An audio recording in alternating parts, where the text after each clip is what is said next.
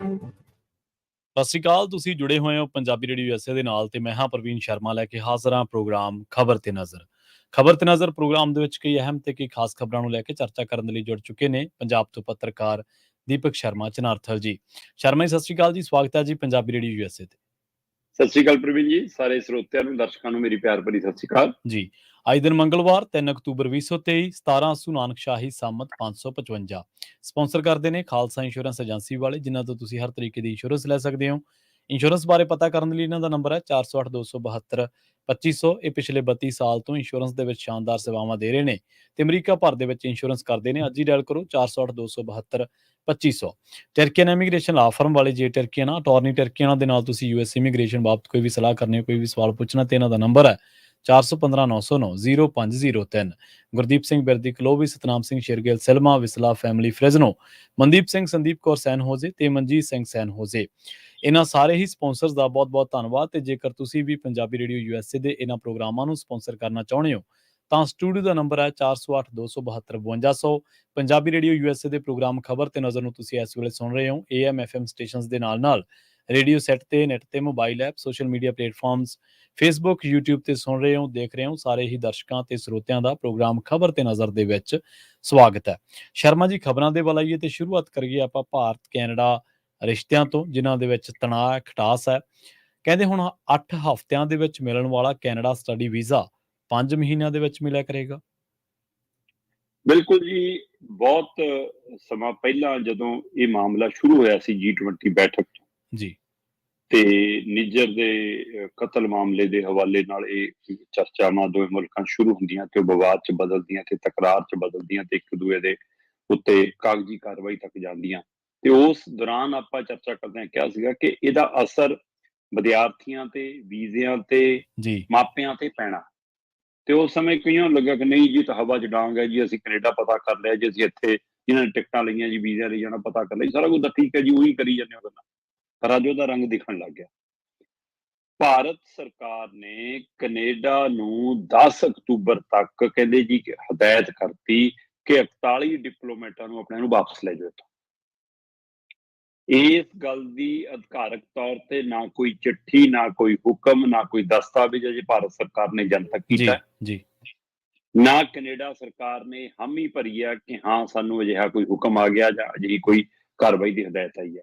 ਪਰ ਦਾ financial Times ਦੀ report ਹੈ, ਦਾ financial Times ਦਾ ਇਹ ਦਾਅਵਾ ਹੈ ਜੀ ਕਿ ਭਾਰਤ ਸਰਕਾਰ ਨੇ ਫੈਸਲਾ ਲਿਆ ਕਿ ਦਿੱਲੀ ਦੇ ਵਿੱਚ ਜਿਹੜਾ ਇਹਨਾਂ ਦਾ ਮੁੱਖ ਦਫ਼ਤਰ ਹੈ ਕੈਨੇਡਾ ਦੇ, ਜਿੱਥੇ ਸਾਰੇ ਡਿਪਲੋਮੈਟ ਬੈਠਦੇ ਨੇ, ਉਹ ਉਹਨਾਂ ਦੇ ਹੈੱਡ ਆਫਿਸ ਹੈ ਜਿਹੜਾ, ਉੱਥੇ ਮਤਲਬ ਕਿ 62 ਡਿਪਲੋਮੈਟਾਂ ਦੇ ਵਿੱਚੋਂ 41 ਨੂੰ ਹਦਾਇਤ ਹੋ ਗਈ ਕਿ 10 ਅਕਤੂਬਰ ਤੋਂ ਪਹਿਲਾਂ ਤੇ ਅੱਜ ਭਾਰਤੀ ਸਮੇਂ ਅਨੁਸਾਰ 4 ਅਕਤੂਬਰ ਹੋ ਗਈ ਹੈ ਤੇ 5-6 ਦਿਨ ਬਚਦੇ ਨੇ ਅਗਲੇ ਕੋਲ ਸਮਾਨ ਸਮੇਟਣ ਲਈ। ਸੋ 41 ਡਿਪਲੋਮੈਟਾਂ ਨੂੰ ਵਾਪਸ ਸੱਦਣ ਦਾ ਜੇਕਰ ਫੈਸਲਾ ਹੋਇਆ ਤਾਂ ਇਹਦਾ ਮਤਲਬ ਬਚਣੇ ਕਿੰਨੇ ਆ? 62 ਚੋਂ 21 ਰਹਿ ਜਾਣੇ ਤੇ 41 ਦੇ ਜਾਣ ਨਾਲ ਫਿਰ ਕੰਮ ਕਰਤੇ ਤਾਂ ਅਸਰ ਪੈਣਾ ਪ੍ਰਵੀਨ ਜੀ। ਹਾਂਜੀ, ਸਿੱਧਾ ਪ੍ਰਭਾਵਿਤ ਹੋਣਾ। ਬੇਸ਼ੱਕ ਕੈਨੇਡਾ ਦੇ ਪ੍ਰਧਾਨ ਮੰਤਰੀ ਦਾ ਹਾਲ ਹੀ 'ਚ ਇੱਕ ਮੀਡੀਆ ਨਾਲ ਰਾਬਤੇ ਦੌਰਾਨ ਜਾਂ ਪ੍ਰੈਸ ਕਾਨਫਰੰਸ ਨਾਲ ਇੱਕ ਬਿਆਨ ਆਇਆ ਕਿ ਅਸੀਂ ਸਥਿਤੀ ਨੂੰ ਹੋਰ ਵਿਗੜਨ ਨਹੀਂ ਦਿਆਂਗੇ, ਅਸੀਂ ਭਾਰਤ ਨਾਲ ਆਪਣੇ ਰਿਸ਼ਤਿਆਂ ਨੂੰ ਕਾਇਮ ਰੱਖਾਂਗੇ।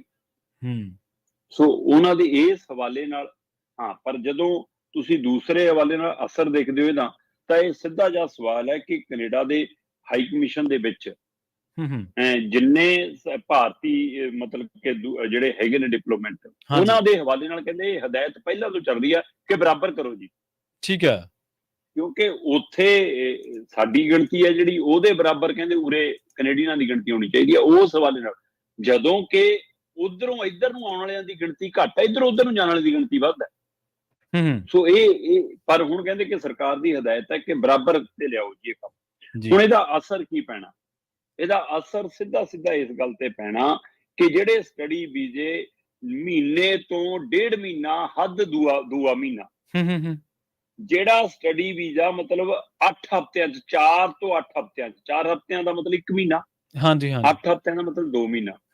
ਸੋ ਹੁਣ ਸਿੱਧਾ 32 ਹਫ਼ਤਿਆਂ ਤੇ ਜਾ ਸਕਦਾ। ਠੀਕ ਹੈ ਨਾ? ਤੇ 32 ਤੋਂ ਵੀ ਵੱਧ ਕੇ 40 ਹਫ਼ਤਿਆਂ ਤੱਕ ਵੀ ਜਾ ਸਕਦਾ। ਸੋ ਇਹ ਇੱਕ ਨਵਾਂ ਪਹਿਲੂ ਉੱਭਰ ਕੇ ਸਾਹਮਣੇ ਆ ਰਿਹਾ ਕਿ ਜੇ ਏਦਾਂ ਦਾ ਕੁਝ ਵਰਤਾਰਾ ਹੁੰਦਾ ਤਾਂ ਇਹ ਇੱਕ ਵੱਡਾ ਪਹਿਲੂ ਹੈ ਕਿ ਜਿਹੜਾ ਕੰਮ 8 ਹਫ਼ਤਿਆਂ 'ਚ ਹੋ ਜਾਣਾ ਸੀ ਉਹ ਥੋੜਾ ਉਹਨੂੰ 5 ਮਹੀਨਿਆਂ 'ਚ ਚਲਾ ਜਾਣਾ। ਸੋ ਇਹ 5 ਮਹੀਨਿਆਂ ਤੋਂ ਵੱਧ ਵਕਫਾ ਲੱਗ ਸਕਦਾ, 6 ਮਹੀਨੇ ਦਾ ਵਕਫਾ ਵੀ ਲੱਗ ਸਕਦਾ। ਇਹ ਜਿਹੜੇ ਵੀਜ਼ੇ ਅਪਲਾਈ ਕਰਾਉਂਦੇ ਨੇ, ਵੀਜ਼ੇ ਦਿੰਦੇ ਨੇ, ਜਾਂ ਜਿਹੜੇ ਮਾਹਿਰ ਨੇ ਦੋਵੇਂ ਮੁਲਕਾਂ ਦੇ ਵਿੱਚ ਇਹੋ ਜਿਹੇ ਕੰਮਾਂ ਲਈ, ਉਹਨਾਂ ਦੀ ਇੱਕ ਸਾਂਝੀ ਰਾਏ ਉੱਪਰ ਕੇ ਸਾਹਮਣੇ ਆ ਰਹੀ ਹੈ। ਮੈਂ ਉਹਦੇ ਹਵਾਲੇ ਨਾਲ ਗੱਲ ਕਰ ਰਿਹਾ। ਉਹ ਕਹਿੰਦੇ ਕਿ ਜਦੋਂ ਤੁਸੀਂ 62 ਕਿਉਂ 41 ਨੂੰ ਇੱਥੋਂ ਭੇਜਤਾ ਤੇ ਫਿਰ ਵੀਜ਼ਾ ਪ੍ਰੋਸੈਸਿੰਗ ਸਿਸਟਮ ਤਾਂ ਵਿਗੜ ਜਾਣਾ ਨਾ। ਕੈਨੇਡਾ ਦੇ ਵੀਜ਼ਾ ਦੀ ਅਪਲਾਈ ਵਾਲੀ ਐਪਲੀਕੇਸ਼ਨ ਤੇ ਜਿਹੜੀ ਸਟੱਡੀ ਵਾਲੀ ਹੈ ਜਾਂ ਮਤਲਬ ਦੂਸਰੀ ਤਰ੍ਹਾਂ ਦੀ ਹੈ, ਜਿਵੇਂ ਮਤਲਬ ਇੱਕ ਕਹਿੰਦੇ ਸਟੂਡੈਂਟ ਡਾਇਰੈਕਟ ਸਟ੍ਰੀਮ, ਉਹ 'ਚ ਤਾਂ ਮਾਤਰ 20 ਦਿਨ ਲੱਗਦੇ ਆ ਜੀ, ਹੈ ਨਾ। ਮਤਲਬ 8 ਹਫ਼ਤੇ ਤਾਂ ਚਲੋ ਫਿਰ ਵੀ 2 ਮਹੀਨੇ ਕਹਿੰਦੇ, ਉਹਦੇ ਵਿੱਚ 20 ਦਿਨ ਲੱਗਦੇ ਆ। ਕਹਿੰਦੇ ਉਹਦੇ ਪਰ ਵੀ ਅਸਰ ਪੈ ਜਾਣਾ, ਉਹ ਵੀ 2 ਮਹੀਨੇ ਤੱਕ ਚਲੀ ਜਾਣੀ ਹੈ। ਸੋ ਇਸ ਲਈ ਉਹ ਕਹਿੰਦੇ ਕਿ ਇਹ ਸਾਰੇ ਪ੍ਰੋਸੈਸ ਤੇ ਅਸਰ ਪੈਣਾ। ਜਦੋਂ ਗਿਣਤੀ 21 ਰਹਿ ਗਈ ਤੇ ਫਾਈਲ ਪ੍ਰੋਸੈਸਿੰਗ ਦਾ ਅਸਰ ਮਤਲਬ ਵੀਜ਼ਿਆਂ ਤੇ ਜਾਣਾ। ਤੇ ਹੁਣ ਜੇਕਰ ਸਰਕਾਰ ਦੇ ਹਵਾਲੇ ਨਾਲ ਆਪਾਂ ਗੱਲ ਇਹਦੇ ਤੇ ਗੌਰ ਕਰੀਏ ਤਾਂ ਉਹ ਕਹਿੰਦੇ ਜੀ ਜਿਹੜਾ ਸਟੱਡੀ ਵੀਜ਼ਾ ਹੁਣ 8 ਹਫ਼ਤਿਆਂ 'ਚ ਮਿਲਦਾ, ਠੀਕ ਹੈ ਨਾ, ਉਹ ਸਿੱਧਾ ਕਹਿੰਦੇ ਜੀ ਫਿਰ 5 ਮਹੀਨਿਆਂ ਤੇ ਚਲਾ ਜਾਣਾ। ਹਾਂ, ਮੇਰੇ ਕੋਲ ਕੁਝ ਅੰਕੜੇ ਪਏ ਨੇ, ਮੈਂ ਉਸ ਹਵਾਲੇ ਨਾਲ ਦੱਸ ਦਿੰਦਾ। ਉਹ ਕਹਿੰਦੇ ਜੀ ਕਿ ਹਾਲ ਹੀ ਦੇ ਵਿੱਚ ਜਿਹੜੇ ਜਵਾਕਾਂ ਨੇ ਜਨਵਰੀ ਦੇ ਲਈ ਉੱਥੇ ਜਾਣਾ, ਉਹਨਾਂ ਨੇ ਦਸੰਬਰ ਦੀਆਂ ਆਪਣੀਆਂ ਟਿਕਟਾਂ ਕਟਾ ਲਈਆਂ, ਸਾਰਾ ਕੁਝ ਕਟਾ ਲਿਆ, ਪਰ ਜਨਵਰੀ ਤੋਂ ਬਾਅਦ ਵਾਲਿਆਂ ਲਈ ਜਿਨ੍ਹਾਂ ਨੇ ਅਗਲੇ ਸਤੰਬਰ ਦੇ ਲਈ ਫਾਈਲਾਂ ਲਾਈਆਂ, ਕੁਛ ਲਾਈਆਂ, ਉਹ ਪ੍ਰੋਸੈਸ ਤੇ ਹੁਣ ਅਸਰ ਪੈ ਜਾਣਾ। ਕੈਨੇਡਾ ਦੇ ਕੋਲ ਇਸ ਵਕਤ ਕਹਿੰਦੇ ਕੈਟਾਗਰੀ ਵਾਈਜ਼ ਜਿਹੜੀਆਂ ਵੀਜ਼ੇ ਦੀਆਂ ਅਪਲਾਈ ਦੀਆਂ ਫਾਈਲਾਂ ਨੇ, ਉਹ 31 ਅਗਸਤ 2023 ਤੱਕ, 31 ਅਗਸਤ ਦੀ ਗੱਲ ਕਰ ਰਹੇ, ਸਤੰਬਰ ਮਹੀਨਾ ਜਿਹੜਾ ਲੰਘ ਕੇ ਗਿਆ ਉਹਦਾ ਅਜੇ ਪੂਰਾ ਰਿਕਾਰਡ ਨਹੀਂ ਆਇਆ। 31 ਅਗਸਤ ਤੱਕ ਲਗਭਗ 22 ਲੱਖ 21.98 ਲੱਖ ਫਾਈਲਾਂ ਨੇ। ਇਹ ਬੈਕਲੌਗ ਹੈ, ਜਿਹੜੀਆਂ ਕਲੀਅਰ ਹੋ ਗਈਆਂ, ਉਹਦੀ ਗੱਲ ਨਹੀਂ ਕਰ ਰਿਹਾ। 21.98 ਲੱਖ ਮਤਲਬ 22 ਲੱਖ, ਜਦੋਂ ਕਿ ਤੁਸੀਂ ਇੱਥੋਂ ਹਿਸਾਬ ਲਾ ਲਓ ਕਿ ਜਨਵਰੀ 'ਚ ਬੈਕਲੌਗ 19 ਲੱਖ ਸੀਗਾ, 19.5 ਲੱਖ, 19.44 ਜੀ 19.44 ਤੋਂ ਵੱਧ ਕੇ ਸਿੱਧਾ 22 ਤੇ ਚਲਾ ਗਿਆ। ਇਸ ਤਰ੍ਹਾਂ ਇਹ ਸਾਰਾ ਇਹ ਖਟਾਸ ਦਾ ਅਸਰ, ਰਿਸ਼ਤੇ ਵਿਗੜਨ ਦਾ ਅਸਰ, ਆਪਸੀ ਟਕਰਾਵ ਦਾ ਅਸਰ ਹੈ। ਤੇ ਹੁਣ ਜੇਕਰ ਤੁਸੀਂ ਉਹਨਾਂ ਚੋਂ 41 ਡਿਪਲੋਮੇਟਾਂ ਨੂੰ ਇੱਥੋਂ ਲੈ ਜਾਓਗੇ ਜਾਂ ਇੱਥੋਂ ਭੇਜ ਦਿਓਗੇ, ਤੇ ਫਿਰ ਉਸ ਤੋਂ ਬਾਅਦ ਸਿੱਧਾ ਅਸਰ ਇਸ ਗੱਲ ਤੇ ਪੈਣਾ ਕਿ ਕੈਟਾਗਰੀ ਵਾਈਜ਼ ਜਿਹੜੇ ਵੀਜ਼ੇ ਮਿਲਦੇ ਨੇ ਉਹਨਾਂ ਤੇ ਸਿੱਧਾ ਸਟੂਡੈਂਟ ਤੇ ਅਸਰ ਪੈਣਾ। ਤੇ ਉਹ ਕਹਿੰਦੇ ਜੀ ਇਹ ਅਸਰ ਇੰਨੀ ਦੂਰ ਤੱਕ ਜਾਣਾ ਕਿ ਜਿਹੜਾ 2 ਮਹੀਨਿਆਂ 'ਚ ਮਿਲਦਾ ਸੀਗਾ, 8 ਹਫ਼ਤਿਆਂ 'ਚ ਮਿਲਦਾ ਸੀਗਾ, ਉਹ ਸਟੱਡੀ ਵੀਜ਼ੇ ਨੂੰ 5 ਮਹੀਨੇ ਲੱਗਣੇ ਜੀ, ਕਹਿੰਦੇ, ਹੈ ਨਾ। ਜਿਹੜਾ ਡਾਇਰੈਕਟ ਸਟ੍ਰੀਮ ਵਾਲਾ ਵੀਜ਼ਾ 20 ਦਿਨਾਂ 'ਚ ਮਿਲ ਜਾਂਦਾ ਸੀ, ਹੈ ਨਾ, ਉਹਨੂੰ ਵੀ ਹੁਣ 2 ਮਹੀਨੇ ਤੋਂ ਉੱਪਰ ਸਮਾਂ ਲੱਗਣਾ। ਤੇ ਜਿਹੜਾ ਕਹਿੰਦੇ ਕਿ ਕੈਨੇਡਾ ਦੇ ਵੱਲੋਂ ਪੂਰੇ ਪਰਿਵਾਰ ਲਈ ਵੀਜ਼ਿਆਂ ਦਾ ਸਿਸਟਮ ਸੀ ਜਿਵੇਂ, ਉਹ ਤਾਂ ਹੁਣ ਭੁੱਲੇ ਜਾਇਓ ਕਿ ਛੇਤੀ ਕੋਈ ਫਾਈਲ ਚੱਕ ਹੋਊਗੀ, ਕਿਉਂਕਿ ਪਹਿਲਾਂ ਵੀ ਉਸ ਕੰਮ ਨੂੰ ਜਿਹੜਾ ਪੇਰੈਂਟ ਵੀਜ਼ਾ ਜਾਂ ਸੁਪਰ ਵੀਜ਼ਾ ਹੈ ਨਾ, ਉਹਨੂੰ ਲਗਭਗ ਮਤਲਬ ਕਿ 20 ਦਿਨਾਂ ਤੋਂ ਲੈ ਕੇ 20 ਮਹੀਨਿਆਂ ਤੱਕ ਦਾ ਸਮਾਂ ਲੱਗ ਜਾਂਦਾ ਸੀ, ਜਿਹੜਾ ਪੇਰੈਂਟ ਵੀਜ਼ਾ ਹੈ ਨਾ। ਤੇ ਇਸ ਤਰ੍ਹਾਂ ਜਿਹੜਾ ਸਪਾਊਸ ਵੀਜ਼ਾ, ਉਹਨੂੰ ਵੀ 10 ਮਹੀਨੇ ਲੱਗ ਜਾਂਦੇ ਸੀ। ਪਰ ਹੁਣ ਕਹਿੰਦੇ ਇਹ ਫਾਈਲਾਂ ਦਾ ਫਰੋਲੇ ਨਹੀਂ ਹੋਣੀ, ਜਿਹਨੇ ਰੂਟੀਨ 'ਚ ਸਟੱਡੀ ਵੀਜ਼ਾ, ਟੂਰਿਸਟ ਵੀਜ਼ਾ, ਤੁਰੰਤ ਕੋਈ ਉਹਦੇ ਵਾਲਾ ਵੀਜ਼ਾ ਹੁੰਦਾ, ਉਹਦੇ ਵੀ ਜਦੋਂ 2-2, 3-3 ਮਹੀਨਿਆਂ ਦਾ ਪ੍ਰੋਸੈਸ ਜਾਣਾ, ਫਿਰ ਇਹਦਾ ਅਸਰ ਇਸ ਗੱਲ ਤੇ ਪੈਣਾ। ਤੇ ਇਹ ਸਰਕਾਰ ਨੂੰ ਸੋਚਣ ਦੀ ਲੋੜ ਹੈ ਕਿ ਕੀ ਇਹ ਸਹੀ ਵਰਤਾਰਾ ਦੋਵੇਂ ਮੁਲਕਾਂ ਦੇ ਲਈ। ਤੇ ਉਧਰੋਂ ਆਉਣ ਵਾਲਿਆਂ ਦੀ ਸਥਿਤੀ, ਪਿਛਲੇ ਦਿਨੀ ਮੇਰੀ ਕੱਲ ਹੀ ਗੱਲ ਹੋ ਰਹੀ ਸੀ ਐਡਮਿੰਟਨ ਦੇ ਵਿੱਚ, ਕਹਿੰਦੇ ਕਿ ਇੱਕ ਪਰਿਵਾਰ ਦਾ ਬਜ਼ੁਰਗ ਇੱਧਰ ਆਇਆ ਹੋਇਆ ਸੀ ਤੇ ਉਹ ਪਰਿਵਾਰ ਦਾ ਬਜ਼ੁਰਗ ਇੱਧਰ ਆ ਕੇ ਬਿਮਾਰ ਹੋ ਗਿਆ ਤੇ ਹਸਪਤਾਲ ਦਾਖਲ ਹੋ ਗਿਆ। ਮੁੰਡਿਆਂ ਦਾ ਜ਼ੋਰ ਲੱਗ ਗਿਆ ਜੀ ਕਿ ਹਾਂ ਸਾਨੂੰ ਆਪਣੇ ਪਿਓ ਨੂੰ ਆਖਰੀ ਸਮੇਂ ਮਿਲ ਲੈਣ ਦਿਓ, ਪਰ ਉਹਨਾਂ ਨੂੰ ਵੀਜ਼ਾ ਨਹੀਂ ਮਿਲਿਆ ਕਿਉਂਕਿ ਉਹ ਉੱਥੇ ਸਿਟੀਜ਼ਨ ਸੀ ਤੇ ਉਹ ਇੱਕ ਸਰਕਾਰ ਨੇ ਜੀ ਰੋਕ ਲਈ ਹੈ ਤੇ ਇੱਧਰ ਬਾਪੂ ਚੜ੍ਹਾਈ ਕਰ ਗਿਆ। ਉਹ ਅੱਛਾ। ਤੇ ਹੁਣ ਉਹਨਾਂ ਨੂੰ ਇਹ ਵੀ ਮਤਲਬ ਫਿਕਰ ਹੈ ਕਿ ਹੋ ਸਕਦਾ ਅਸੀਂ ਸੰਸਕਾਰ ਤੇ ਵੀ ਨਾ ਜਾ ਸਕੀਏ ਜੀ। ਸੋ ਇਸ ਲਈ ਇਹੋ ਜਿਹੇ ਪਹਿਲੂ ਦੇ ਉੱਤੇ ਸਰਕਾਰ ਨੂੰ ਸੋਚਣ ਦੀ ਲੋੜ ਹੈ। ਇਹ ਜਿਹੜਾ ਟਕਰਾਵ ਹੈ ਇਹ ਕਿਤੇ ਹੋਰ ਵੱਡਾ ਨਾ ਹੋ ਜਾਵੇ। ਬੇਸ਼ੱਕ ਟਰੂਡੋ ਨੇ ਕਹਿਣ ਦੀ ਕੋਸ਼ਿਸ਼ ਤਾਂ ਕੀਤੀ ਕਿ ਹਾਂ ਅਸੀਂ ਇਹ ਰਿਸ਼ਤਾ ਵਿਗੜ ਨਹੀਂ ਦਿਆਂਗੇ, ਅਸੀਂ ਦਿੱਲੀ ਨਾਲ ਰਿਸ਼ਤੇ ਕਾਇਮ ਰੱਖਾਂਗੇ, ਪਰ ਇੱਧਰ ਵਾਲੇ ਤਾਂ ਮੂੰਹ ਹੀ ਨਹੀਂ ਖੋਲ ਰਹੇ, ਚੁੱਪ ਕਰਕੇ ਕਾਗਜ਼ੀ ਕਾਰਵਾਈ ਹੋਈ ਜਾਂਦੀ ਹੈ। ਤੇ ਪਰ ਇਸ ਗੱਲ ਦੀ ਪੁਸ਼ਟੀ ਨਾ ਕੈਨੇਡਾ ਕਰ ਰਿਹਾ ਨਾ ਭਾਰਤ ਕਰ ਰਿਹਾ, ਪਰ ਦਾ ਫਾਈਨੈਂਸ਼ੀਅਲ ਟਾਈਮਜ਼ ਦੀ ਰਿਪੋਰਟ ਦਾਅਵਾ ਕਰਦੀ ਆ ਕਿ 10 ਅਕਤੂਬਰ ਤੋਂ ਪਹਿਲਾਂ 41 ਡਿਪਲੋਮੇਟਾਂ ਨੂੰ ਛੱਡ ਦੇਣਾ ਪਊਗਾ ਭਾਰਤ, ਤੇ ਜੋ ਭਾਰਤ ਛੱਡਦੇ ਨੇ ਤਾਂ ਸਟੱਡੀ ਸਾਰੇ ਤਰ੍ਹਾਂ ਦੇ ਕੈਨੇਡੀਅਨ ਵੀਜ਼ਿਆਂ ਦੇ ਉੱਤੇ ਸਿੱਧਾ ਅਸਰ ਪੈਣਾ ਹੀ ਪੈਣਾ ਜੀ। ਅਗਲੀ ਖਬਰ ਦੇ ਵੱਲ ਵਧੀਏ ਸ਼ਰਮਾ ਜੀ, ਤੇ ਗੱਲ ਕਰੀਏ ਆਪਾਂ ਪੰਜਾਬ ਸਿਰ ਚੜੇ ਕਰਜ਼ੇ ਦੀ। ਕਹਿੰਦੇ ਖੁੱਲ ਗਿਆ ਰਾਜ਼, ਕਰਜ਼ਾ ਚੁੱਕਣ ਦੇ ਵਿੱਚ ਆਪ ਸਰਕਾਰ ਨੇ ਅਕਾਲੀਆਂ ਤੇ ਕਾਂਗਰਸੀਆਂ ਦੇ ਰਿਕਾਰਡ ਤੋੜਤੇ। ਪ੍ਰਵੀਨ ਜੀ, ਲਗਾਤਾਰ ਪੰਜਾਬ ਦੇ ਰਾਜਪਾਲ ਚਿੱਠੀਆਂ ਲਿਖ ਰਹੇ ਸੀ ਮੁੱਖ ਮੰਤਰੀ ਭਗਵੰਤ ਮਾਨ ਨੂੰ, ਤੇ ਮੁੱਖ ਮੰਤਰੀ ਸਾਹਿਬ ਕਹਿੰਦੇ ਸੀ ਵਿਹਲੇ ਆ ਜੀ, ਮੈਨੂੰ ਲਵ ਲੈਟਰ ਲਿਖਦੇ ਰਹਿੰਦੇ ਆ। ਤੇ ਮਾਮਲਾ ਅਦਾਲਤੀ ਤੱਕ ਦਾ ਵੀ ਰੁਖ ਹੁੰਦਾ ਰਿਹਾ ਤੇ ਅਦਾਲਤ ਵੱਲੋਂ ਵੀ ਸਪਸ਼ਟ ਕੀਤਾ ਗਿਆ ਕਿ ਭਾਈ ਜਵਾਬ ਤਾਂ ਦੇਣੇ ਪੈਣੇ। ਇੱਕ ਪਾਸੇ ਤੁਸੀਂ ਕਹਿੰਦੇ ਹੋ ਕਿ ਮੈਂ ਤੁਹਾਡੀ ਚਿੱਠੀਆਂ ਦੇ ਜਵਾਬ ਨਹੀਂ ਦੇਣੇ, ਦੂਏ ਪਾਸੇ ਤੁਸੀਂ ਰਾਜਪਾਲ ਦੀਆਂ ਮਿੰਨਤਾਂ ਕਰਦੇ ਹੋ ਕਿ ਸਾਡੇ ਕੇਂਦਰ ਤੋਂ ਫੰਡ ਦਵਾ ਦਿਓ। ਹਾਂਜੀ ਹਾਂਜੀ ਬਿਲਕੁਲ। ਸਰਕਾਰ ਨਾਲ ਸਿੱਧੀ ਹੋ ਕੇ ਕਿਉਂ ਟੱਕਰਦੀ? ਪੰਜਾਬ ਸਰਕਾਰ ਪੰਜਾਬ ਦੇ ਚੁਣੇ ਲੋਕਾਂ ਦੀ ਸਰਕਾਰ ਹੈ, ਤੁਸੀਂ ਪੂਰੇ ਪੰਜਾਬ ਦੀ ਨੁਮਾਇੰਦਗੀ ਕਰਦੇ ਹੋ ਜੀ। ਜੇਕਰ ਕੇਂਦਰ ਮੂਹਰੇ ਗੋਡੇ ਹੀ ਟੇਕਣੇ ਆ ਤਾਂ ਫਿਰ ਉਹ ਤਾਂ ਗੋਡੇ ਅਕਾਲੀ ਵੀ ਟੇਕਦੇ ਸੀ, ਉਹ ਤਾਂ ਕਾਂਗਰਸੀ ਵੀ ਮੱਥੇ ਟੇਕਦੇ ਸੀ ਉੱਥੇ। ਫਿਰ ਤੁਹਾਡੇ ਬਦਲਾਅ ਵਾਲਿਆਂ 'ਚ ਕੀ ਬਦਲਿਆ ਜੀ? ਜੇ ਤੁਸੀਂ ਵੀ ਕੇਂਦਰ ਮੂਹਰੇ ਝੁਕਣਾ ਹੀ ਹੈ। ਸੋ ਇਸ ਲਈ ਕਹਿੰਦੇ ਜੀ ਵਾਇਆ ਰਾਜਪਾਲ ਫੰਡ ਮੰਗ ਰਹੇ ਸੀ RDF ਵਾਲਾ, ਜਿਹੜਾ ਕੇਂਦਰ ਪੰਜਾਬ ਦਾ ਸਿੱਧਾ ਰੋਕ ਕੇ ਧੱਕੇਸ਼ਾਹੀ ਕਰ ਰਿਹਾ। ਕੱਲਾ RDF ਕਿਉਂ, ਤੁਹਾਡਾ GST ਕਿੰਨਾ ਬਕਾਇਆ ਸੂਬੇ ਦਾ ਖੜਾ, ਉਹ ਨਹੀਂ ਕੇਂਦਰ ਰਿਲੀਜ਼ ਕਰਦਾ। ਸੋ ਕੇਂਦਰ ਦੀ ਇਸ ਧੱਕੇਸ਼ਾਹੀ ਦੇ ਹਵਾਲੇ ਨਾਲ ਕਹਿੰਦੇ ਜੀ ਮੁੱਖ ਮੰਤਰੀ ਸਾਹਿਬ ਨੇ ਚਿੱਠੀ ਲਿਖੀ ਰਾਜਪਾਲ ਨੂੰ ਕਿ ਸਾਡਾ ਪੇਂਡੂ ਵਿਕਾਸ ਫੰਡ ਰਿਲੀਜ਼ ਕਰਾ ਦਿਓ। ਤੇ ਰਾਜਪਾਲ ਨੇ ਮੋੜਵੀਂ ਚਿੱਠੀ ਲਿਖੀ, ਕਹਿੰਦਾ ਪੇਂਡੂ ਵਿਕਾਸ ਫੰਡ ਦੀ ਗੱਲ ਤਾਂ ਛੱਡੋ, ਪਹਿਲਾਂ ਕਰਜ਼ੇ ਦਾ ਹਿਸਾਬ ਦਿਓ। ਹਾਂਜੀ, ਹੁਣ ਇੱਕ ਤਰ੍ਹਾਂ ਨਾਲ ਮੁੱਖ ਮੰਤਰੀ ਸਾਹਿਬ ਨੇ ਹਿਸਾਬ ਦੇ ਕੇ ਗੇਂਦ ਰਾਜਪਾਲ ਦੇ ਪਾਲੇ 'ਚ ਪਾਤੀ, ਕਿਆ ਚੱਕ ਹਿਸਾਬ, ਕਰਜ਼ੇ ਦਾ ਹਿਸਾਬ। ਕਰਜ਼ੇ 'ਚ ਪੰਜਾਬ ਡੁੱਬਦਾ ਡੁੱਬੇ, ਪੰਜਾਬ ਮਰਦਾ ਮਰੇ, ਪਰ ਮੈਂ ਤੈਨੂੰ ਪਾਈ ਦਾ ਹਿਸਾਬ ਦਿੱਤਾ। ਕਹਿੰਦੇ ਜੀ ਜੀ ਜੀ, ਕਰਜ਼ਾ ਚੱਕਣ 'ਚ ਚਾਹੇ ਅਸੀਂ ਅਕਾਲੀ ਕਾਂਗਰਸ ਨੂੰ ਪਿੱਛੇ ਛੱਡ ਗਏ, ਪਰ ਮੈਂ ਤੁਹਾਨੂੰ ਹਿਸਾਬ ਦਿੱਤਾ ਜੀ। ਹੁਣ ਤੁਸੀਂ ਸਾਡਾ ਪੇਂਡੂ ਵਿਕਾਸ ਫੰਡ ਰਿਲੀਜ਼ ਕਰੋ। ਬਿਲਕੁਲ ਇੱਕ ਕੰਮ ਦਾ ਤਾਂ ਹੁਣ ਗੇਂਦ ਰਾਜਪਾਲ ਦੇ ਪਾਲੇ ਚਲੀ ਗਈ। ਪਰ ਦੂਸਰਾ ਸਵਾਲ ਜਿਹੜਾ ਖੜਾ ਉਹ ਇਹੀ ਖੜਾ ਕਿ ਰਾਜਪਾਲ ਨੂੰ ਇਹ ਵੀ ਪੁੱਛਿਆ ਮੁੱਖ ਮੰਤਰੀ ਭਗਵੰਤ ਮਾਨ ਨੇ ਕਿ ਤੁਸੀਂ ਸੱਤ ਦਾ ਹਿਸਾਬ ਪੁੱਛੀ ਜਾਂਦੇ ਹੋ। ਪਹਿਲਾਂ ਅਕਾਲੀ ਕਾਂਗਰਸੀਆਂ ਸਮੇਂ ਕਦੇ ਪੁੱਛਿਆ ਸੀ ਕਿ ਕਿੰਨਾ ਕਰਜ਼ਾ ਲਿਆ, ਕਿੰਨਾ ਹਿਸਾਬ ਹੋਇਆ? ਉਹਨਾਂ ਨੂੰ ਕਿਉਂ ਨਹੀਂ ਪੁੱਛਿਆ? ਚਲੋ ਮੈਂ ਕਹਿੰਦਾ ਰਾਜਪਾਲ ਨੂੰ ਨਹੀਂ ਪੁੱਛਣਾ ਚਾਹੀਦਾ, ਪਰ ਪੰਜਾਬ ਤਾਂ ਪੁੱਛ ਸਕਦਾ। ਪੰਜਾਬ ਦਾ ਜਾਣਨ ਦਾ ਹੱਕ ਹੈ ਕਿ ਤੁਸੀਂ ਇਹ ਕਹਿ ਕੇ ਆਏ ਸੀ ਕਿ ਭਾਈ ਮਾਈਨਿੰਗ ਤੋਂ ਇੰਨਾ ਪੈਸਾ ਆ ਜਾਣਾ, ਸ਼ਰਾਬ ਤੋਂ ਇੰਨਾ ਪੈਸਾ ਆ ਜਾਣਾ, 3 ਮਹੀਨਿਆਂ 'ਚ 6 ਮਹੀਨਿਆਂ 'ਚ ਪੰਜਾਬ ਦਾ ਖਜ਼ਾਨਾ ਡੁੱਲ ਕੇ ਬਾਹਰ ਗਿਰਨ ਲੱਗ ਜਾਣਾ। ਹਾਂਜੀ ਹਾਂਜੀ, ਤੇ ਪੰਜਾਬ ਕਰਜ਼ਾ ਮੁਕਤ ਹੋ ਜਾਣਾ। ਹੁਣ ਜਦੋਂ ਤੁਸੀਂ ਹਿਸਾਬ ਦੇ ਰਹੇ ਹੋ ਤਾਂ ਤੁਸੀਂ ਹਿਸਾਬ ਦਿੰਦੇ ਹੋ, ਕਹਿੰਦੇ ਜੀ ਰਾਜਪਾਲ ਤਾਂ ਉਹੀ 50-50 ਕਰੀ ਜਾਂਦਾ। 50 ਨਹੀਂਗਾ ਜੀ, 47 ਆ। ਹਾਂਜੀ ਜੀ, ਚਲੋ ਚੰਗੀ ਗੱਲ ਹੈ ਜੀ, ਤੁਸੀਂ ਪੂਰਾ ਹਿਸਾਬ ਤਾਂ ਕੱਢਿਆ ਇਹਦਾ। ਉਹ ਤਾਂ ਰਾਜਪਾਲ ਨੂੰ ਮਨੀ ਬਦਲਣ ਦੀ ਲੋੜ ਹੈ ਜੇ ਰਾਜਪਾਲ ਨੂੰ ਹਿਸਾਬ ਨਹੀਂ ਕਰਨਾ ਹੁੰਦਾ।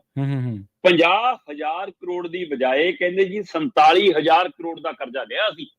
ਠੀਕ ਹੈ, 1.5 ਸਾਲ ਦੇ ਵਕਫੇ ਦੇ ਹਵਾਲੇ ਨਾਲ ਹਿਸਾਬ ਦੇ ਰਹੇ ਨੇ ਤੇ 1.5 ਸਾਲ ਤੋਂ 1 ਮਹੀਨਾ ਘੱਟ ਦੱਸਦੇ ਆ। ਮਤਲਬ ਇਹ ਕਹਿੰਦੇ ਜੀ 1 ਅਪ੍ਰੈਲ 2022 ਤੋਂ 31 ਮਾਰਚ 2023 ਤੱਕ, 1 ਅਪ੍ਰੈਲ ਤੋਂ 31 ਮਾਰਚ ਤੱਕ ਪੂਰੇ 12 ਮਹੀਨੇ ਹੋ ਗਏ।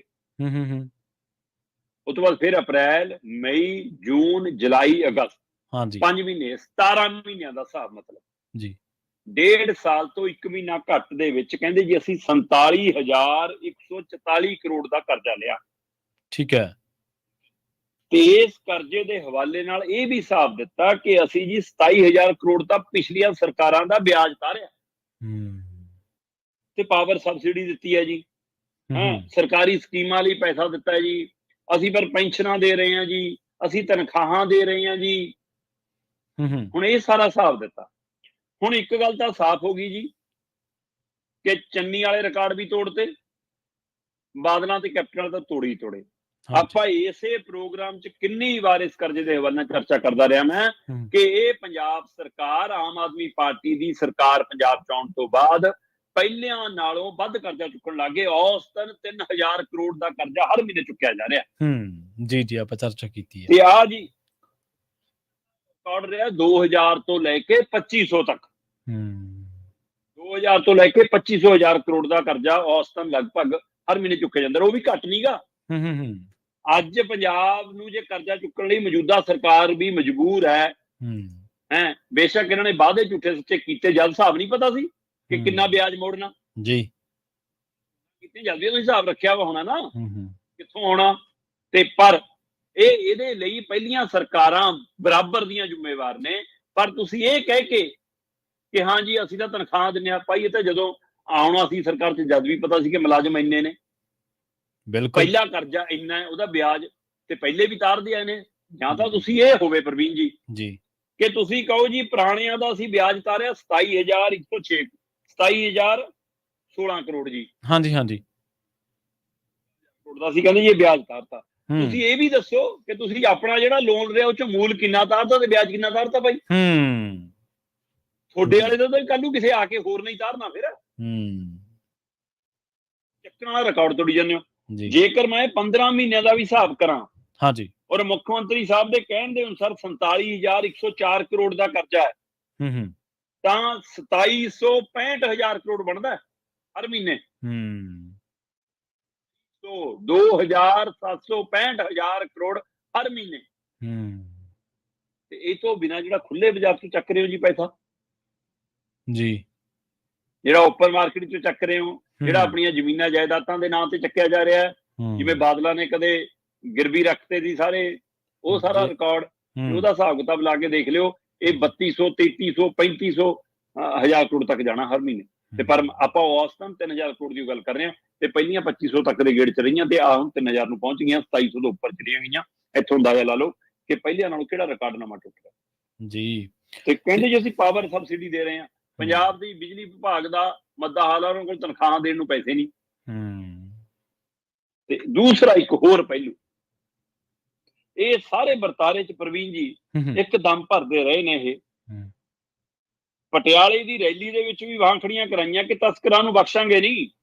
ਹਾਂਜੀ, ਭ੍ਰਿਸ਼ਟਾਚਾਰ ਜੇ ਸਾਡੇ ਅੰਦਰ ਵੀ ਕੋਈ ਹੋਊਗਾ ਉਹਨੂੰ ਬਖਸ਼ਾਂਗੇ ਨਹੀਂ। ਮੈਨੂੰ ਜਵਾਬ ਦੇ ਦੇਵੇ ਸਰਕਾਰ, ਮੈਨੂੰ ਕੇਜਰੀਵਾਲ ਤੇ ਇਹਨਾਂ ਦੇ ਮੰਤਰੀ ਸੰਤਰੀ ਜਵਾਬ ਦੇ ਦੇਣ ਕਿ ਅੰਮ੍ਰਿਤਸਰ ਦੇ ਵਿੱਚ ਰੈਲੀ ਦੇ ਲਈ ਤੁਹਾਡੇ ਆਪਣੇ ਪ੍ਰਚਾਰ ਦੇ ਆੜ ਦੇ ਵਿੱਚ ਸਰਕਾਰੀ ਫੰਕਸ਼ਨ ਦੇ ਵਿੱਚ ਰੋਟੀ ਕਿਹਨੇ ਖਿਲਾਈ। ਮੈਨੂੰ ਜਵਾਬ ਦੇ ਦੇਣ ਕਿ ਪਟਿਆਲੇ ਵਾਲੀ ਰੈਲੀ ਦੇ ਵਿੱਚ ਸਰਕਾਰੀ ਬੱਸਾਂ ਤੋਂ ਤੁਸੀਂ ਢੋਈਆਂ ਹੀ ਢਵਾਈਆਂ, ਲਵਾਈਆਂ ਹੀ ਲਵਾਈਆਂ, ਉਹ ਤੋਂ ਬਿਨਾਂ ਰੋਟੀ ਕਿਹਨੇ ਖਿਲਾਈ। ਖੁਰਾਕ ਸਪਲਾਈ ਵਿਭਾਗ ਨੂੰ ਅੰਮ੍ਰਿਤਸਰ 'ਚ ਹਦਾਇਤ ਕੀਤੀ ਸੀ। ਜੀ, ਠੀਕ ਹੈ ਜੀ। ਅਗਲੇ ਕਹਿਣਗੇ ਸਰਕਾਰੀ ਫੰਕਸ਼ਨ ਆ ਤੇ ਜੀ ਸਰਕਾਰ ਦਾ ਵਿਭਾਗ ਹੈ, ਇਸ ਲਈ ਅਸੀਂ ਵਰਤ ਲਿਆ। ਪਰ ਪਟਿਆਲੇ 'ਚ ਕੀ ਕੀਤਾ ਜੀ ਪ੍ਰਵੀਨ ਜੀ? ਪਟਿਆਲੇ ਦੇ ਵਿੱਚ ਖੁਰਾਕ ਸਪਲਾਈ ਵਿਭਾਗ ਦੇ ਇੰਸਪੈਕਟਰਾਂ ਨੂੰ ਮੂੰਹ ਜਵਾਨੀ ਨਿੱਜੀ ਹਦਾਇਤਾਂ ਸੀਗੀਆਂ ਕਿ 100 ਬੰਦੇ ਦੀ ਰੋਟੀ ਤੈਅ ਦੇਣੀ, 300 ਦੀ ਤੈਅ ਦੇਣੀ, 5 ਬੱਸਾਂ ਦਾ ਤੇਰੇ ਤੇ ਆ, 6 ਬੱਸਾਂ ਦਾ ਤੇਰੇ ਤੇ ਆ, ਖਰਚਾ ਨਹੀਂ ਪੈਣਾ ਚਾਹੀਦਾ। ਤੇ ਇੰਸਪੈਕਟਰ ਦੀ ਜ਼ਿੰਮੇਵਾਰੀ ਹੈ ਰੋਟੀ ਖਿਲਾਈ। ਖੁਰਾਕ ਸਪਲਾਈ ਵਿਭਾਗ ਵਾਲਾ ਦਾਲ ਦਾ ਪੀਪਾ ਤੇ ਆਟੇ ਵਾਲੀ ਥੈਲਾ ਆਪਣੇ ਘਰੋਂ ਲੈ ਕੇ ਆਊਗਾ। ਹਾਂ, ਬਿਲਕੁਲ ਸਹੀ ਹੈ ਜੀ। ਉਹਨੂੰ ਕੀ ਕਹਿ ਰਹੇ ਹੋ ਕਿ ਰਿਸ਼ਵਤ ਲੈ,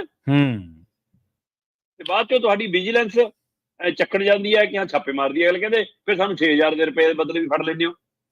ਤੇ ਜੇ ਤੁਹਾਡੇ ਚਹੇਤਿਆਂ ਨੂੰ ਰੋਟੀਆਂ ਖਿਲਾਉਣੀਆਂ ਫਿਰ ਅਸੀਂ ਕੀ ਕਰੀਏ? ਹਾਂ, ਹੁਣ ਵਿਜੀਲੈਂਸ ਕੰਮ ਕਰੇ ਜੀ, ਖੁਰਾਕ ਸਪਲਾਈ ਵਿਭਾਗ ਦੇ ਸਾਰੇ ਇੰਸਪੈਕਟਰਾਂ ਨੂੰ ਚੱਕ ਲਵੇ ਜੀ ਕਿ ਭਾਈ ਦੱਸੋ ਕਿੱਥੋਂ ਲਿਆਂਦਾ ਇਹ ਪੈਸਾ, ਕਿੱਥੋਂ ਖਿਲਾਈ ਰੋਟੀ। ਪਰ ਨਾਲ ਦੂਜਾ ਸਵਾਲ ਇਹ ਜ਼ਰੂਰ ਕਰੇ ਕਿ ਕਿਹਦੇ ਕਹੇ ਤੇ ਖਿਲਾਈ, ਤੇ ਜਿਹਦੇ ਕਹੇ ਤੇ ਖਿਲਾਈ ਫਿਰ ਉਹਨੂੰ ਪੁੱਛਣ ਜਾਵੇ ਜੀ ਕਿ ਦੱਸੋ ਭਾਈ ਹੁਣ ਇਹ ਭ੍ਰਿਸ਼ਟਾਚਾਰ ਨਹੀਂ ਤਾਂ ਹੋਰ ਕੀ ਆ, ਇਹ ਰਿਸ਼ਵਤਖੋਰੀ ਨਹੀਂ ਤਾਂ ਹੋਰ ਕੀ ਆ, ਇਹ ਧੋਖਾ ਨਹੀਂ ਪੰਜਾਬ ਨਾਲ ਤਾਂ ਹੋਰ ਕੀ ਆ।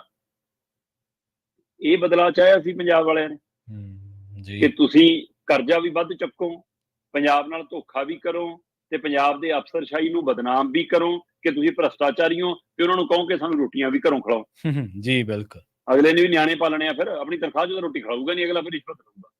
ਸੋ ਇਹ ਰਿਸ਼ਵਤਖੋਰੀ ਨੂੰ ਤੁਸੀਂ ਵਾਧਾ ਦੇ ਰਹੇ ਹੋ। ਸਗੋਂ ਤੇ ਤੁਸੀਂ ਕਹਿੰਦੇ ਕਿ ਹਾਂ ਭਾਈ ਇਸ ਫੰਕਸ਼ਨਾਂ ਵਿੱਚ ਸਰਕਾਰੀ ਖਜ਼ਾਨੇ ਤੋਂ ਕੋਈ ਪੈਸਾ ਨਹੀਂ ਲੱਗੂਗਾ। ਆਮ ਆਦਮੀ ਪਾਰਟੀ ਨੇ ਬੜਾ ਫੰਡ ਇਕੱਠਾ ਕੀਤਾ। ਹਾਂ, ਬਿਲਕੁਲ ਲਾਉਣ ਦੇ ਤੇ ਬਾਦਲਾਂ ਦੇ ਵਿੱਚ ਜੇ ਸ਼੍ਰੋਮਣੀ ਕਮੇਟੀ ਦੇ ਲੰਗਰ ਲੱਗਦੇ ਸੀ, ਅਸੀਂ ਤਦ ਵੀ ਸਵਾਲ ਕਰਦੇ ਸੀ। ਅੱਜ ਤੁਸੀਂ ਖੁਰਾਕ ਸਪਲਾਈ ਵਿਭਾਗ ਦੇ ਅਫਸਰਾਂ ਨੂੰ ਨਿੱਜੀ ਹੁਕਮ ਦੇ ਕੇ ਰੋਟੀਆਂ ਖਿਲਾਉਣ ਦੇ ਹੁਕਮ ਚੜ ਰਹੇ ਹੋ, ਅਸੀਂ ਤਦ ਵੀ ਸਵਾਲ ਕਰ ਰਹੇ ਹਾਂ। ਇਹ ਸਵਾਲ ਹੁੰਦੇ ਰਹਿਣਗੇ, ਸਵਾਲ ਸਰਕਾਰਾਂ ਨੂੰ ਹੀ ਹੋਣਗੇ ਜੀ। ਤੇ ਗੱਲ ਇੱਕ ਇਹ ਵੀ ਹੈ ਨਾ ਸ਼ਰਮਾ ਜੀ, ਜਿਹੜੀਆਂ ਵੰਗਾਰਾਂ ਪੈਂਦੀਆਂ ਹੁਣ, ਆ ਵੰਗਾਰ ਹੀ ਹੈ ਨਾ ਅਫਸਰਾਂ ਨੂੰ ਤੁਸੀਂ ਰੋਟੀ ਦਾ ਪ੍ਰਬੰਧ ਕਰੋ, ਤੇ ਵੰਗਾਰਾ ਹੀ ਤਾਂ ਭ੍ਰਿਸ਼ਟਾਚਾਰ ਦਾ ਰਾਹ ਖੋਲਦੀਆਂ ਨਾ ਰਿਸ਼ਵਤਖੋਰੀ ਦਾ। ਬਸ ਜੀ, ਜਿਹਨੇ ਫਿਰ 100 ਬੰਦੇ ਦੀ ਰੋਟੀ ਦਾ ਇੰਤਜ਼ਾਮ ਕਰਨਾ ਉਹ 200 ਦਾ ਜੁਗਾੜ ਕਰੂਗਾ ਕਿ 100 ਤੁਸੀਂ ਖਾ ਲਓ, 100 ਮੈਂ ਇਕੱਲਾ ਖਾਊਂਗਾ। ਹਾਂ, ਬਿਲਕੁਲ। ਤੇ ਸ਼ਰਮਾ ਜੀ, ਅਗਲੀ ਖਬਰ ਦੇ ਵੱਲ ਵਧੀਏ, ਰੁਕ ਕਰੀਏ ਆਪਾਂ ਅਸਾਮ ਦਾ। ਅੰਮ੍ਰਿਤਪਾਲ ਨੇ ਕਹਿੰਦੇ ਦੂਜੀ ਵਾਰ ਅਸਾਮ ਦੀ ਜੇਲ੍ਹ ਦੇ ਵਿੱਚ ਭੁੱਖ ਹੜਤਾਲ ਸ਼ੁਰੂ ਕੀਤੀ ਹੈ ਜੀ। ਬਿਲਕੁਲ ਜੀ, ਅਸਾਮ ਦੀ ਡਿਬਰੂਗੜ੍ਹ ਜੇਲ੍ਹ ਦੇ ਵਿੱਚ ਅੰਮ੍ਰਿਤਪਾਲ ਸਿੰਘ ਤੇ ਉਹਦੇ 9 ਸਾਥੀਆਂ ਵੱਲੋਂ ਭੁੱਖ ਹੜਤਾਲ ਜਾਰੀ ਆ। ਔਰ ਇਹ ਦੂਜੀ ਭੁੱਖ ਹੜਤਾਲ ਆ। ਬੇਸ਼ੱਕ ਇਸ ਵਾਰ ਇਹ ਭੁੱਖ ਹੜਤਾਲ ਅਸਾਮ ਦੀ ਜੇਲ੍ਹ ਦੇ ਖਿਲਾਫ, ਅਸਾਮ ਦੇ ਪ੍ਰਸ਼ਾਸਨ ਦੇ ਖਿਲਾਫ, ਅਸਾਮ ਦੀ ਪੁਲਿਸ ਦੇ ਖਿਲਾਫ ਨਹੀਂ ਹੈ। ਠੀਕ ਹੈ ਜੀ। ਇਹ ਭੁੱਖ ਹੜਤਾਲ ਅੰਮ੍ਰਿਤਸਰ ਦੇ ਡੀਸੀ ਦੇ ਖਿਲਾਫ ਹੈ ਜੀ। ਅਸਾਮ ਦੀ ਡਿਬਰੂਗੜ੍ਹ ਜੇਲ੍ਹ ਦੇ ਅੰਦਰ ਅੰਮ੍ਰਿਤਪਾਲ ਸਿੰਘ ਤੇ ਉਹਦੇ 9 ਸਾਥੀ ਭੁੱਖ ਹੜਤਾਲ ਤੇ ਨੇ। ਠੀਕ ਹੈ ਜੀ। ਤੇ ਅਸਾਮ ਦੀ ਜੇਲ੍ਹ ਦੇ ਬਾਹਰ ਹੀ ਉਹਦੇ ਲਾਗੇ ਹੀ ਅੰਮ੍ਰਿਤਪਾਲ ਸਿੰਘ ਦੀ ਧਰਮ ਪਤਨੀ ਉਹ ਭੁੱਖ ਹੜਤਾਲ ਤੇ ਹੈ ਜੀ। ਉਹਨੇ ਵੀ ਭੁੱਖ ਹੜਤਾਲ ਸ਼ੁਰੂ ਕਰਤੀ ਹੈ। ਪਹਿਲੂ ਇਹ ਹੈ ਕਿ ਕਹਿੰਦੇ ਕਿ ਸਾਡੇ ਵਕੀਲ ਨੂੰ ਸਾਨੂੰ ਮਿਲ ਨਹੀਂ ਦਿੱਤਾ ਜਾ ਰਿਹਾ, ਵਕੀਲ ਨੂੰ ਮਨਜ਼ੂਰੀ ਨਹੀਂ ਹੈ। ਇਸ ਤੋਂ ਪਹਿਲਾਂ ਜਦੋਂ ਭੁੱਖ ਹੜਤਾਲ ਕੀਤੀ ਸੀ ਅਸਾਮ ਦੀ ਜੇਲ੍ਹ ਦੇ ਵਿੱਚ ਅੰਮ੍ਰਿਤਪਾਲ ਸਿੰਘ ਹੋਰਾਂ ਨੇ, ਤਾਂ ਉਹਦਾ ਹਵਾਲਾ ਸੀਗਾ ਜੀ ਕਿ ਸਾਡੇ ਜਿਹੜਾ ਭੋਜਨ ਸਾਨੂੰ ਮਿਲਦਾ, ਪ੍ਰਸ਼ਾਦਾ ਪਾਣੀ ਛਕਣ ਨੂੰ ਮਿਲਦਾ, ਉਹਦੇ ਵਿੱਚ ਤੰਬਾਕੂ ਦੇ ਕਣ ਨਿਕਲਦੇ ਨੇ, ਜਰਦਾ ਦੇ ਕਣ ਨਿਕਲਦੇ ਨੇ। ਇਸ ਲਈ ਕਹਿੰਦੇ ਕਿ ਉਸ ਸਮੇਂ ਭੁੱਖ ਹੜਤਾਲ ਕੀਤੀ ਸੀ। ਫਿਰ ਆਖਰ ਪ੍ਰਸ਼ਾਸਨ ਨੂੰ ਗੱਲ ਮੰਨਣੀ ਪਈ, ਉਹਨਾਂ ਦੇ ਹਿਸਾਬ ਨਾਲ ਉਹਨਾਂ ਦਾ ਲੰਗਰ ਤਿਆਰ ਹੋਣ ਦਾ, ਰੋਟੀ ਪਾਣੀ ਤਿਆਰ ਹੋਣ ਦਾ ਰਾਹ ਕੱਢਿਆ। ਪਰ ਇਸ ਵਾਰ ਜਿਹੜਾ ਆਧਾਰ ਬਣਿਆ ਹੜਤਾਲ ਦਾ, ਦੂਜੀ ਹੜਤਾਲ ਹੈ ਭੁੱਖ ਹੜਤਾਲ, ਤੇ ਇਹਦਾ ਕਾਰਨ ਕਹਿੰਦੇ ਜੀ ਅੰਮ੍ਰਿਤਪਾਲ ਦੇ ਡੀਸੀ ਦੇ, ਅੰਮ੍ਰਿਤਸਰ ਦੇ ਡੀਸੀ ਦੇ ਖਿਲਾਫ ਹੈ। ਅੰਮ੍ਰਿਤਸਰ ਦੇ ਡੀਸੀ ਦੇ ਮਾਮਲੇ ਦੇ ਵਿੱਚ 28 ਸਤੰਬਰ ਤੋਂ ਭੁੱਖ ਹੜਤਾਲ ਜਾਰੀ ਹੈ। 6 ਦਿਨਾਂ ਦੀ ਮਤਲਬ ਭੁੱਖ ਹੜਤਾਲ ਹੋ ਗਈ ਹੈ ਇਹ ਲਗਭਗ। ਤੇ ਇਹਦੇ ਬਰਾਬਰ ਹੀ ਉਹਨਾਂ ਦੀ ਧਰਮ ਪਤਨੀ ਨੇ, ਕਿਰਨਦੀਪ ਕੌਰ ਨੇ, ਬਾਹਰ ਅਸਾਮ ਜੇਲ੍ਹ ਦੇ ਬਾਹਰ ਭੁੱਖ ਹੜਤਾਲ ਸ਼ੁਰੂ ਕਰਤੀ। ਕਹਿੰਦੇ ਜੀ ਸਾਡਾ ਵਕੀਲ ਹੈ ਰਾਜਦੀਪ ਸਿੰਘ ਖਾਲਸਾ, ਉਹਨੂੰ ਸਾਨੂੰ ਮਿਲ ਨਹੀਂ ਦੇ ਰਹੇ। ਤੇ ਇੱਧਰ ਅੰਮ੍ਰਿਤਸਰ ਦਾ ਡੀਸੀ ਕਹਿੰਦਾ ਬਿਲਕੁਲ ਝੂਠ ਹੈ ਜੀ, ਇਹ ਜਾਣਬੁੱਝ ਕੇ ਕਹਿੰਦੇ ਮੇਰੇ ਖਿਲਾਫ ਪ੍ਰੋਪੋਗੰਡਾ ਤੇ ਡਰਾਮਾ ਕੀਤਾ ਜਾ ਰਿਹਾ। ਪਹਿਲਾਂ ਇਹਨਾਂ ਦਾ ਵਕੀਲ ਨਵਕਿਰਨ ਸਿੰਘ ਸੀਗਾ, ਉਹਨੂੰ ਮਿਲਣ ਦੀ ਮਨਜ਼ੂਰੀ ਹੈ ਤੇ ਉਹ ਮਿਲ ਲਿਆ। ਹੁਣ ਇਹ ਕਹਿ ਰਹੇ ਨਹੀਂ ਜੀ ਸਾਡਾ ਵਕੀਲ ਰਾਜਦੀਪ ਸਿੰਘ ਖਾਲਸਾ ਹੈ, ਤੇ ਕਹਿੰਦੇ ਜੀ ਉਹਦੀ ਫਾਈਲ ਮੈਂ ਬਣਾ ਕੇ ਹੋਮ ਸੈਕਟਰੀਏਟ ਨੂੰ ਭੇਜਤੀ ਹੈ ਨਾ, ਹੋਮ ਵਿਭਾਗ ਨੂੰ ਭੇਜਤੀ ਹੈ। ਉੱਥੋਂ ਜੋ ਮਨਜ਼ੂਰੀ ਹੋ ਕੇ ਆਊਗੀ ਉਹਦੇ ਹਵਾਲੇ ਨਾਲ ਅੱਗੇ ਕਾਰਵਾਈ ਚੱਲੂਗੀ। ਸੋ ਇਸ ਲਈ ਕਹਿੰਦੇ ਜੀ ਮੇਰੇ ਹੱਥ ਕੁਛ ਨਹੀਂ ਹੈ, ਜਾਣਬੁੱਝ ਕੇ ਮੇਰੇ ਤੇ ਉਹ ਕੀਤਾ ਜਾ ਰਿਹਾ। ਪਰ ਅਸਾਮ ਦੀ ਜੇਲ੍ਹ 'ਚ ਅੰਮ੍ਰਿਤਪਾਲ ਸਿੰਘ ਤੇ ਉਹਦੇ ਸਾਥੀਆਂ ਵੱਲੋਂ ਦੂਜੀ ਵਾਰ ਵਕੀਲ ਦੇ ਹਵਾਲੇ ਨਾਲ ਕਿ ਵਕੀਲ ਨੂੰ ਮਿਲਣ ਤੋਂ ਰੋਕਿਆ ਜਾ ਰਿਹਾ, ਉਸ ਪਹਿਲੂ ਦੇ ਉੱਤੇ ਭੁੱਖ ਹੜਤਾਲ ਜਾਰੀ ਹੈ। ਤੇ ਉਹਦੀ ਧਰਮ ਪਤਨੀ ਨੇ ਵੀ ਬਾਹਰ ਭੁੱਖ ਹੜਤਾਲ ਸ਼ੁਰੂ ਕੀਤੀ। ਸ਼ਰਮਾ ਜੀ ਦੇਖੋ, ਗੱਲ ਇਹ ਹੈ ਕਿ ਤੁਹਾਡੇ ਵਿਚਾਰਕ ਮਤਭੇਦ ਨੇ, ਉਹ ਗੱਲ ਵੱਖਰੀ ਹੈ। ਬੰਦਾ ਹਵਾਲਾਤ ਦੇ ਵਿੱਚ ਹੈ, ਸਜ਼ਾ ਜ਼ਾਫਤਾ ਹੈ, ਉਹ ਗੱਲ ਵੱਖਰੀ ਹੈ। ਪਰ ਸਜ਼ਾ ਜ਼ਾਫਤਾ ਬੰਦੇ ਦੇ ਵੀ, ਹਵਾਲਾਤੀ ਦੇ ਤਾਂ ਹੈਗੇ ਨੇ, ਸਜ਼ਾ ਜ਼ਾਫਤਾ ਦੇ ਵੀ ਤਾਂ ਮਨੁੱਖੀ ਅਧਿਕਾਰ ਹੈਗੇ ਨੇ ਨਾ। ਉਹਦਾ ਵੀ ਜਿਉਣ ਦਾ ਅਧਿਕਾਰ ਹੈ, ਉਹਦਾ ਵੀ ਖਾਣ ਦਾ ਅਧਿਕਾਰ ਹੈ ਜੀ। ਤੇ ਆਪਾਂ ਅਗਲੀ ਖਬਰ ਦੇ ਵੱਲ ਵਧੀਏ ਤੇ ਗੱਲ ਕਰੀਏ ਰਾਹੁਲ ਗਾਂਧੀ ਦੀ। ਕਹਿੰਦੇ 2 ਦਿਨਾਂ ਦੇ ਵਿੱਚ 4 ਵਾਰ ਦਰਬਾਰ ਸਾਹਿਬ ਆ ਕੇ ਰਾਹੁਲ ਗਾਂਧੀ ਨੇ ਪਛਤਾਤਾਪ, ਜਿਹਨੂੰ ਆਪਾਂ ਪਛਤਾਵਾ ਵੀ ਕਹਿ ਸਕਦੇ ਹਾਂ, ਉਹ ਕੀਤਾ ਜੀ। ਸ਼੍ਰੋਮਣੀ ਗੁਰਦੁਆਰਾ ਪ੍ਰਬੰਧਕ ਕਮੇਟੀ ਵੱਲੋਂ ਇਹ ਗੱਲ ਮੀਡੀਆ ਤੱਕ ਪਹੁੰਚਦੀ ਕੀਤੀ ਗਈ, ਜਾਂ ਉਹਨਾਂ ਦੇ ਕੁਝ ਆਗੂਆਂ ਦੇ ਬਿਆਨ ਜਨਤਕ ਹੋਏ ਕਿ ਜਿਹੜੀ ਬਾਰ-ਬਾਰ ਰਾਹੁਲ ਗਾਂਧੀ ਨੇ 2 ਦਿਨਾਂ 'ਚ 4 ਵਾਰ ਆ ਕੇ ਸੇਵਾ ਨਿਭਾਈ, 8 ਘੰਟੇ ਤੋਂ ਵੱਧ ਵੱਖ-ਵੱਖ ਸੱਚਖੰਡ ਸ੍ਰੀ ਦਰਬਾਰ ਸਾਹਿਬ ਦੇ ਗਲਿਆਰੇ 'ਚ ਬਿਤਾਇਆ, ਜਿਹਦੇ ਵਿੱਚੋਂ 4 ਸਵਾ 4 ਤੋਂ ਵੱਧ ਘੰਟੇ ਉਹਨਾਂ ਦੀ ਸੇਵਾ 'ਚ ਗੁਜ਼ਰੇ। ਕਹਿੰਦੇ ਕਿ ਇਸ ਨੂੰ ਪਛਤਾਤਾਪ ਨਾ ਸਮਝਿਆ ਜਾਵੇ। ਸ਼੍ਰੋਮਣੀ ਕਮੇਟੀ ਦਾ ਕਹਿਣਾ ਕਿ ਇਹ ਪਛਤਾਤਾਪ ਨਹੀਂ ਹੈ, ਉਹਨਾਂ ਦੀ ਚੁੱਪ ਹੈ, ਮੂੰਹ ਨਹੀਂ ਖੁੱਲਿਆ। ਤੇ ਪੁੱਛਣ ਵਾਲਿਆਂ ਨੇ ਇਹ ਵੀ ਪੁੱਛਿਆ ਕਿ ਭਾਈ ਜੇ ਮਤਲਬ ਰਾਜੀਵ ਦੇ ਕਾਤਲਾਂ ਨੂੰ ਮਿਲਣ ਤੁਸੀਂ ਜੇਲ੍ਹ 'ਚ ਜਾ ਸਕਦੇ ਹੋ, ਹਾਂਜੀ, ਤਾਂ ਕੀ ਕਦੇ ਦਿੱਲੀ ਦੀਆਂ ਚਿੱਟੀਆਂ ਚੁੰਨੀਆਂ ਦਾ ਦਰਦ ਵੰਡਾਇਆ?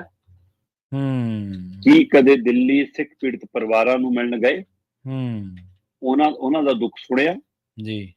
ਹਾਂ, ਜੇ ਕਹਿੰਦੇ ਰਾਹੁਲ ਗਾਂਧੀ ਦੇ ਮਨ 'ਚ ਉਸ ਗੱਲ ਦਾ ਅਫਸੋਸ ਹੈ, ਸ਼੍ਰੋਮਣੀ ਕਮੇਟੀ ਕਹਿੰਦੀ ਕਿ ਜੇ ਉਹਨੂੰ ਲੱਗਦਾ ਹੈ ਕਿ ਉਹਦੀ ਦਾਦੀ ਦੇ ਔਰ ਉਹਦੇ ਪਿਓ ਦੇ ਸਿੱਖ ਭਾਈਚਾਰੇ ਖਿਲਾਫ, ਸਿੱਖਾਂ ਦੇ ਧਾਰਮਿਕ ਸਥਾਨਾਂ ਦੇ ਮਾਮਲੇ 'ਚ, ਦਿੱਲੀ ਸਿੱਖ ਕਤਲ ਦੇ ਮਾਮਲੇ 'ਚ ਉਹਨੂੰ ਲੱਗਦਾ ਕਿ ਉਹ ਵੱਡਾ ਗੁਨਾਹ ਕੀਤਾ, ਵੱਡੇ ਉਹ ਕਾਰੇ ਨੇ, ਸੋ ਉਹਨਾਂ ਕਾਰਿਆਂ ਲਈ ਜੇਕਰ ਉਹਦੇ ਮਨ 'ਚ ਕੋਈ ਪਛਤਾਤਾਪ ਹੈ ਤਾਂ ਉਸ ਨੂੰ ਇਸ ਗੱਲ ਦਾ ਪ੍ਰਗਟਾਵਾ ਕਹਿੰਦੇ ਕਰ ਦੇਣਾ ਚਾਹੀਦਾ ਜੀ।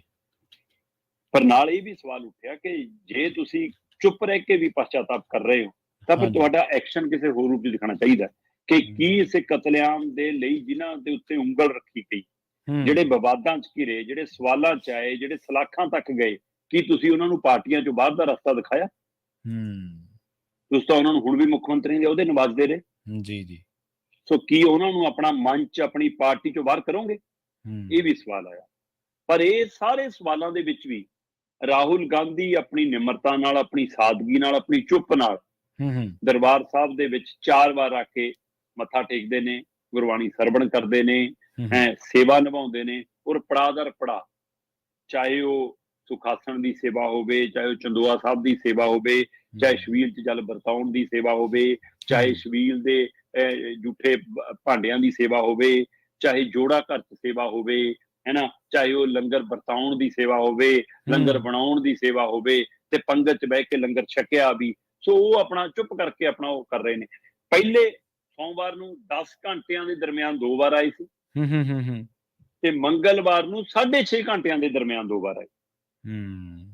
ਸੋ ਕੱਲ ਵੀ ਪਹਿਲਾਂ ਸਵੇਰੇ ਲੰਗਰ ਬਣਾਉਣ ਦੇ ਵਿੱਚ, ਫਿਰ ਲੰਗਰ ਵਰਤਾਉਣ ਦੇ ਵਿੱਚ, ਫਿਰ ਸਾਂਝ ਨੂੰ ਆ ਕੇ ਫਿਰ ਬਾਹਰ ਜਿਹੜਾ ਜੋੜਾ ਘਰ ਹੈ ਉੱਥੇ ਜੋੜੇ ਘਰ ਦੇ ਵਿੱਚ ਜੋੜੇ ਸੰਭਾਲਣ ਚ ਰੱਖਣ ਚ ਉਹਨਾਂ ਨੇ ਮਤਲਬ ਬਿਨਾਂ। ਔਰ ਸਭ ਤੋਂ ਵੱਡੀ ਗੱਲ ਜਿਹੜੀ ਨਿਕਲ ਕੇ ਆ ਰਹੀ ਹੈ ਕਿ ਹੁਣ ਅੰਦਾਜ਼ਾ ਲਾਇਆ ਜਾ ਰਿਹਾ ਕਿ ਹੋ ਸਕਦਾ ਅੱਜ ਵੀ ਆ ਜਾਣ ਜੀ। ਅੱਛਾ, ਬੁੱਧਵਾਰ ਦੀ ਸਵੇਰ ਹੈ ਕਿ ਅੱਜ ਵੀ ਆ ਸਕਦੇ ਆ ਜੀ। ਤੇ ਇੱਧਰ ਕਾਂਗਰਸੀਆਂ ਨੂੰ ਸਾਹਮਣੇ ਆ ਗਈ ਗੱਲ ਕਿ ਬਿਲਕੁਲ ਸਪਸ਼ਟ ਹਦਾਇਤ ਸੀ, ਕਿਉਂਕਿ ਨਾਲ ਸਿਰਫ ਉਹਨਾਂ ਦੇ ਰਾਜ ਸਭਾ ਮੈਂਬਰ ਤੇ ਕਾਂਗਰਸੀ ਕਮੇਟੀ ਦਾ ਜਿਹੜਾ ਮੁੱਖ ਸਕੱਤਰ ਹੈ ਨਾ, ਉਹੀ ਸਿਰਫ ਨਾਲ ਹੈ, ਹੋਰ ਕਿਸੇ ਨੂੰ ਨਾਲ ਨਹੀਂ ਰੱਖਿਆ ਹੋਇਆ ਉਹਨਾਂ ਨੇ। ਸੋ ਇਕੱਲਾ ਇੱਕ ਮਤਲਬ ਕਿ ਬੰਦਾ ਨਾਲ ਹੈ, ਹੋਰ ਸਾਰਿਆਂ ਨੂੰ ਲਾਂਭੇ ਕਰਤਾ। ਪਰ ਇਹ ਤੋਂ ਬਾਅਦ ਪੰਜਾਬ ਦੇ ਕਾਂਗਰਸ ਲੀਡਰਾਂ ਨੂੰ ਸਪਸ਼ਟ ਹਦਾਇਤ ਦਿੱਲੀ ਤੋਂ ਜਾਰੀ ਹੋ ਗਈ ਸੀ ਕਿ ਕੋਈ ਲੀਡਰ ਨੇੜੇ ਨਾ ਆਵੇ, ਕੋਈ ਲੀਡਰ ਫੋਟੋਆਂ ਖਿਚਾਉਣ ਨਾ ਆਵੇ, ਕੋਈ ਲੀਡਰ ਮਿਲਣ ਨਾ ਆਵੇ। ਠੀਕ ਹੈ। ਦਰਬਾਰ ਸਾਹਿਬ ਦੇ ਗਲਿਆਰੇ ਚ ਵੀ ਤੇ ਦਰਬਾਰ ਸਾਹਿਬ ਤੋਂ ਬਾਅਦ ਜਿੱਥੇ ਉਹ ਜਾ ਕੇ ਠਹਿਰਾਵ ਹੈ ਉਹਨਾਂ ਦਾ ਉੱਥੇ ਵੀ।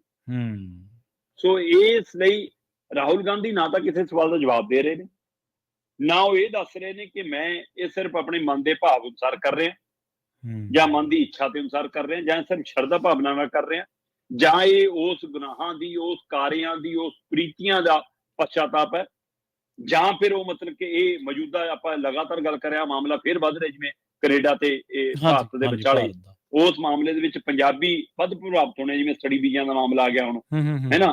ਸੋ ਉਸ ਨਾਲ ਪੰਜਾਬੀ ਭਾਈਚਾਰੇ ਦੇ ਵਿੱਚ ਵੱਡੀ ਗਿਣਤੀ ਵਿੱਚ ਸਿੱਖ ਭਾਈਚਾਰਾ ਪ੍ਰਭਾਵਿਤ ਹੋਣਾ। ਤੇ ਪਹਿਲਾਂ ਵੀ ਜਿਹੋ ਜਿਹਾ ਨੈਸ਼ਨਲ ਮੀਡੀਆ ਸਾਡੀ ਭੂਮਿਕਾ ਨਿਭਾ ਰਿਹਾ ਸਿੱਖ ਭਾਈਚਾਰੇ ਦੇ ਹਵਾਲੇ ਨਾਲ ਕਿ ਹਾਂ ਉਹਨਾਂ ਨੂੰ ਜੋ ਦਿਖਾਉਣ ਦੀ, ਦਰਸਾਉਣ ਦੀ ਕੋਸ਼ਿਸ਼ ਕਰਦਾ, ਉਹਦੇ ਵਿੱਚ ਕੀ ਰਾਹੁਲ ਗਾਂਧੀ ਇਹ ਕੋਈ ਸੁਨੇਹਾ ਦੇਣ ਦੀ ਕੋਸ਼ਿਸ਼ ਕਰ ਰਹੇ ਨੇ ਕਿ ਮੇਰੇ ਤੇ ਭਰੋਸਾ ਕਰੋ। ਸੋ ਇਹ ਸਾਰੇ ਸਵਾਲ ਜਿਉਂ ਦੇ ਤਿਉਂ ਬਰਕਰਾਰ ਨੇ, ਪਰ ਰਾਹੁਲ ਗਾਂਧੀ ਦੀ ਚੁੱਪ ਆ ਤੇ ਸੋਸ਼ਲ ਮੀਡੀਆ ਤੇ ਬਾਕੀ ਤਰ੍ਹਾਂ ਦੀ ਚਰਚਾਵਾਂ ਤੇ ਸਵਾਲ ਨੇ। ਜੀ। ਤੇ ਜਾਂਦਿਆਂ ਦੀ ਗੱਲ ਕਰੀਏ ਸ਼ਰਮਾ ਜੀ, ਇੱਕ ਹੋਰ ਇਨਸਾਨੀਅਤ ਨੂੰ ਸ਼ਰਮਸਾਰ ਕਰ ਦੇਣ ਵਾਲੀ ਖਬਰ ਦੀ, ਕਿਉਂਕਿ ਕੱਲ ਵੀ ਆਪਾਂ ਇੱਕ ਖਬਰ ਸਾਂਝੀ ਕੀਤੀ ਸੀ ਜਿਹਦੇ ਵਿੱਚ 3 ਬੱਚੀਆਂ ਨੂੰ ਉਹਨਾਂ ਦੇ ਮਾਂ-ਪਿਓ ਨੇ ਜ਼ਹਿਰੀ ਦੁੱਧ ਦੇ ਕੇ ਮਾਰ ਦਿੱਤਾ ਸੀਗਾ। ਤੁਹਾਨੂੰ ਯਾਦ ਹੋਣਾ ਇੱਕ 2017 ਦੇ ਵਿੱਚ ਮਾਮਲਾ ਸਾਹਮਣੇ ਆਇਆ ਸੀਗਾ ਬਠਿੰਡਾ ਦੇ ਕੋਟ ਫੱਤਾ ਪਿੰਡ ਦੇ ਵਿੱਚ। ਇੱਕ ਤਾਂਤਰਿਕ ਦੇ ਪਿੱਛੇ ਲੱਗ ਕੇ ਦਾਦੀ, ਉਹਦੇ ਮਾਂ-ਪਿਓ ਬੱਚਿਆਂ ਦੇ ਤੇ ਉਹਦੀਆਂ ਭੂਆ ਨੇ ਬਲੀ ਦੇਤੀ ਸੀ ਜਵਾਕਾਂ ਦੀ, ਵੀ ਦਾਦੀ ਜਿਹੜੀ ਭੂਆ ਸੀ ਉਹਨੂੰ ਜਵਾਕ ਨਹੀਂ ਸੀ ਹੋ ਰਿਹਾ, ਉਹਦੇ ਬੱਚਾ ਨਹੀਂ ਸੀ ਹੋ ਰਿਹਾ, ਉਹਦੇ ਬੱਚਾ ਹੋ ਜਾਊਗਾ ਤੇ ਇਹ ਦੋਵੇਂ ਜਿਉਂਦੇ ਹੋ ਜਾਣਗੇ। ਮੈਨੂੰ ਚੰਗੀ ਤਰ੍ਹਾਂ ਯਾਦ ਆ, ਕਿੰਨਾ ਚਿਰ ਹੀ ਮੈਨੂੰ ਬੱਚਿਆਂ ਦੇ ਨਾਂ ਨਹੀਂ ਭੁੱਲੇ, ਰਣਜੋਤ ਤੇ ਅਨਾਮਿਕਾ ਸੀਗੇ। ਇੱਕ ਸ਼ਾਇਦ 7 ਸਾਲਾਂ ਦਾ ਸੀਗਾ ਤੇ ਇੱਕ 3 ਸਾਲਾਂ, ਹਾਂਜੀ ਸ਼ਾਇਦ 4 ਸਾਲਾਂ 2 ਸਾਲਾਂ ਦੇ ਸੀਗੇ ਬੱਚੇ, ਮੈਨੂੰ ਉਮਰ ਤਾਂ ਹਲੇ ਨਹੀਂ ਯਾਦ ਉਹਨਾਂ ਦੀ। ਕੋਟ ਫੱਤਾ ਪਿੰਡ ਦੀ ਇਹ ਘਟਨਾ, ਕਿਉਂਕਿ ਬਠਿੰਡੇ ਤੋਂ ਨੇੜੇ ਆ ਕੋਟ ਫੱਤਾ ਪਿੰਡ। ਤਾਂ ਇੱਕ ਹੋਰ ਐਸੀ ਖਬਰੀ ਸਾਹਮਣੇ ਆ ਰਹੀ ਹੈ ਸ਼ਰਮਾ ਜੀ ਕਿ ਅਮਰ ਹੋਣ ਦੇ ਲਈ ਕਿਸੇ ਬੰਦੇ ਨੇ ਇੱਕ 4 ਸਾਲਾ ਬੱਚੇ ਦੀ ਬਲੀ ਦੇਤੀ ਜੀ। ਜੀ ਬਿਲਕੁਲ, ਇਹ ਬਹੁਤ ਦਰਦਨਾਕ ਇੱਕ ਖਬਰ ਅੱਜ ਫਿਰ ਆਪਾਂ ਸਾਂਝੀ ਕਰ ਰਹੇ ਹਾਂ। ਕੱਲ ਆਪਾਂ ਜੇ ਬੱਚੀਆਂ ਦੇ ਹਵਾਲੇ ਨਾਲ ਖਬਰ ਸਾਂਝੀ ਕਰਕੇ ਹਟੇ ਆ, ਤੇ ਅੱਜ ਸਥਿਤੀ ਇਹ ਹੈ ਕਿ ਉਹ ਬੱਚੀਆਂ ਜਿਹੜੀਆਂ 3 ਬੱਚੀਆਂ ਦੀ ਜਾਨ ਜਾਂਦੀ ਆ, ਮਾਂ-ਪਿਓ ਵੀ ਦੁੱਧ ਜ਼ਹਿਰੀ ਪਿਲਾ ਕੇ ਉਹਦੀ ਜਾਨ ਲੈਂਦੇ ਨੇ। ਉਹ ਬੱਚਿਆਂ ਦੀ ਦਾਹ ਸੰਸਕਾਰ ਦੇ ਲਈ ਵੀ ਕਹਿੰਦੇ, ਉਹਨਾਂ ਦੇ ਰਿਸ਼ਤੇਦਾਰ ਵੀ ਕਹਿੰਦੇ ਸਾਡੇ ਕੋਲ ਤਾਂ ਪੈਸੇ ਨਹੀਂ ਹੈ। ਤੇ ਗਰੀਬੀ ਦਾ ਇੱਕ ਇਹ ਵੀ ਆਪਾਂ ਕੱਲ ਵੀ ਗੱਲ ਕਰ ਰਹੇ ਸੀਗੇ, ਗਰੀਬੀ ਕੀ ਚੀਜ਼ ਹੈ ਨਾ, ਤੇ ਦੂਸਰੇ ਪਾਸੇ ਮਾਨਸਿਕਤਾ ਕਿਹੋ ਜਿਹੀ ਹੋ ਜਾਂਦੀ ਹੈ ਕਿ ਬੱਚੇ ਮਾਰਨ ਤੇ ਆ ਜਾਂਦੇ ਆ। ਸੋ ਕਹਿੰਦੇ ਜੀ ਉਹਦੇ ਮਾਸਟਰ ਕਹਿੰਦਾ ਵੀ ਪੈਸੇ ਵੀ ਨਹੀਂ ਹੈਗੇ ਸੰਸਕਾਰ ਕੋਲ, ਜਿਹੜਾ ਮਕਾਨ ਮਾਲਕ ਉਹ ਕਹਿੰਦਾ ਕੋਈ ਨਾ ਜੀ ਮੈਂ ਕਰਾਉਂਗਾ ਸੰਸਕਾਰ। ਸੋ ਇੱਧਰ ਦੂਸਰੇ ਪਾਸੇ ਹੁਣ ਖੰਨੇ ਤੋਂ ਇੱਕ ਹੋਰ ਭਿਆਨਕ ਖਬਰ ਸਾਹਮਣੇ ਆ ਰਹੀ। ਖੰਨੇ ਦੇ ਵਿੱਚ ਪਿਛਲੇ 5-4 ਸਾਲਾਂ ਤੋਂ ਯੂਪੀ ਤੋਂ ਆ ਕੇ ਪਰਿਵਾਰ ਰਹਿ ਰਹੇ ਨੇ ਜੀ, ਲੇਬਰ ਦਾ ਕੰਮ ਕਰਦੇ ਨੇ, ਫੈਕਟਰੀਆਂ 'ਚ ਕੰਮ ਕਰਦੇ ਨੇ। ਤੇ ਉਹ ਖੰਨੇ ਖੇਤਰ ਦੇ ਇੱਕ ਪਿੰਡ ਦੇ ਵਿੱਚ ਮਾਂ-ਪਿਓ ਭੁੰਜੇ ਸੁੱਤੇ ਹੋਏ ਸੀ ਤੇ ਉਹਨਾਂ ਦੇ 3 ਜਵਾਕ ਬੈੱਡ ਤੇ ਸੁੱਤੇ ਹੋਏ ਸੀ। ਠੀਕ ਹੈ ਜੀ। ਤੇ ਗਵਾਂਢ 'ਚ ਇੱਕ ਬੰਦਾ ਕੰਧ ਟੱਪ ਕੇ ਆਇਆ ਤੇ ਉਹਨੇ 4 ਸਾਲ ਦਾ ਜਵਾਕ ਜਿਹੜਾ ਗੱਭੇ ਸੁੱਤਾ ਸੀ ਵਿਚਾਲੇ, ਉਹਨੂੰ ਚੱਕ ਕੇ ਲੈ ਗਿਆ। ਤੇ ਬਾਹਰ ਇੱਕ ਬਾੜਾ ਸੀ ਪਸ਼ੂਆਂ ਦਾ, ਉਹ ਖਾਸਾ ਉੱਚਾ ਸੀਗਾ, ਕਹਿੰਦੇ ਜੀ ਉਹਦੇ ਅੰਦਰ ਜਾ ਕੇ ਉਸਨੇ ਗਲਾ ਉਹਦਾ ਮਤਲਬ ਵੱਢਤਾ। ਤੇ ਗਲਾ ਵੱਢਣ ਤੋਂ ਬਾਅਦ ਉਹ ਭੱਜ ਕੇ ਆਪਣੇ ਕਮਰੇ 'ਚ ਆਇਆ, ਤੇ ਕਮਰਾ ਵੀ ਨਾਲੇ ਨੇੜੇ, ਕਿਉਂਕਿ ਉਹਦੇ ਗੁਆਂਢ 'ਚ ਤਾਂ ਰਹਿੰਦਾ ਸੀ ਉੱਥੇ ਜਿੱਥੋਂ ਬੱਚਾ ਚੱਕਿਆ ਸੀ। ਤੇ ਭੱਜ ਕੇ ਆਪਣੇ ਕਮਰੇ 'ਚ ਆਇਆ ਤੇ ਕਮਰੇ 'ਚ ਆ ਕੇ ਹੱਥ ਧੋਤੇ। ਹੱਥ ਵੀ ਏਦਾਂ ਨਹੀਂ ਧੋਤੇ ਕਿ ਟੂਟੀ ਥੱਲੇ ਜਾਂ ਡੱਬੇ ਨਾਲ ਪਾਣੀ ਨਾਲ, ਇੱਕ ਥਾਲ ਰੱਖ ਕੇ ਉਹਦੇ ਵਿੱਚ ਹੱਥ ਧੋ ਲਏ। ਤੇ ਹੱਥ ਧੋ ਕੇ ਉਹ ਖੂਨ ਰੰਗਾ ਪਾਣੀ ਜਿਹੜਾ ਹੱਥਾਂ 'ਚੋਂ ਨਿਕਲਿਆ, ਖੂਨ ਲੱਗਿਆ ਵਾ ਸੀ, ਉਹ ਪੀ ਲਿਆ। ਤੇ ਪੀਣ ਤੋਂ ਬਾਅਦ ਉਹ ਫਰਾਰ ਹੋ ਗਿਆ ਬੰਦਾ, ਕੱਪੜੇ ਕੁਪੜੇ ਆਪਣੇ ਬਾਹਰ ਸਿੱਟ ਕੇ ਭੱਜ ਗਿਆ। ਹੁਣ ਉਸ ਕਮਰੇ ਦੇ ਵਿੱਚ ਇੱਕ ਹੋਰ ਸਾਥੀ ਨਾਲ ਰਹਿੰਦਾ ਸੀ, ਤੇ ਦੂਸਰੇ ਪਾਸੇ ਜਿੱਥੋਂ ਜਵਾਕ ਚੱਕ ਕੇ ਲਿਆਇਆ ਉੱਥੇ ਦੇ ਮਾਪੇ ਜਦੋਂ ਅੱਧੀ ਰਾਤ ਨੂੰ ਉੱਠੇ, ਦੇਖਿਆ ਨਿਆਣਾ ਨਹੀਂ ਆ ਤਾਂ ਰੌਲਾ ਪੈ ਗਿਆ, ਹੋ ਹੱਲਾ ਮਚ ਗਿਆ। ਪਰ ਉਸ ਬੈੱਡ ਦੇ ਕੋਲੋਂ ਇੱਕ ਮੋਬਾਈਲ ਡਿੱਗਿਆ ਮਿਲ ਗਿਆ। ਅੱਛਾ। ਜਦੋਂ ਜਵਾਕ ਚੱਕਣ ਗਿਆ ਤਾਂ ਸ਼ਾਇਦ ਮੋਬਾਈਲ ਉੱਥੇ, ਜਿਵੇਂ ਜੇਬ 'ਚ ਉੱਪਰ ਵਾਲੀ 'ਚ ਪਾਇਆ ਹੁੰਦਾ ਤਾਂ ਐਂ ਬੈੱਡ ਤੋਂ ਚੱਕਿਆ ਹੋਵੇ ਤਾਂ ਉਹ ਗਿਰ ਗਿਆ। ਹਾਂਜੀ। ਇੱਕੋ ਮੋਬਾਈਲ, ਦੂਏ ਪਾਸੇ ਸੀਸੀਟੀਵੀ ਕੈਮਰੇ ਚੋਂ ਬੰਦਾ ਪਛਾਣ ਲਿਆ ਗਿਆ। ਹੂੰ। ਇੱਧਰ ਜਿਹੜਾ ਬੰਦੇ ਨਾਲ ਉਹ ਕਮਰੇ 'ਚ ਰਹਿੰਦਾ ਸੀ, ਉਹ ਬੰਦਾ ਕਹਿੰਦਾ ਜੀ ਇਹ ਕਮਰੇ 'ਚੋਂ ਜਾਣ ਤੋਂ ਪਹਿਲਾਂ ਘੁਸਰ-ਮੁਸਰ ਕਿਸੇ ਬੰਦੇ ਨਾਲ 1 ਘੰਟਾ ਕਰਦਾ ਰਿਹਾ। ਠੀਕ ਹੈ। 1 ਘੰਟੇ ਦੀ ਘੁਸਰ-ਮੁਸਰ ਤੋਂ ਬਾਅਦ ਇਹ ਕਹਿੰਦੇ ਜੀ ਕਮਰੇ 'ਚੋਂ ਚਲਾ ਗਿਆ, ਤੇ ਜਦੋਂ ਮੁੜਿਆ ਤਦ ਪਸੀਨੋ-ਪਸੀਨੀ ਸੀ, ਹੱਪਿਆ ਹੋਇਆ ਸੀ ਔਰ ਹੱਥ ਇਹਦੇ ਖੂਨ ਨਾਲ ਲਿਬੜੇ ਹੋਏ ਸੀ।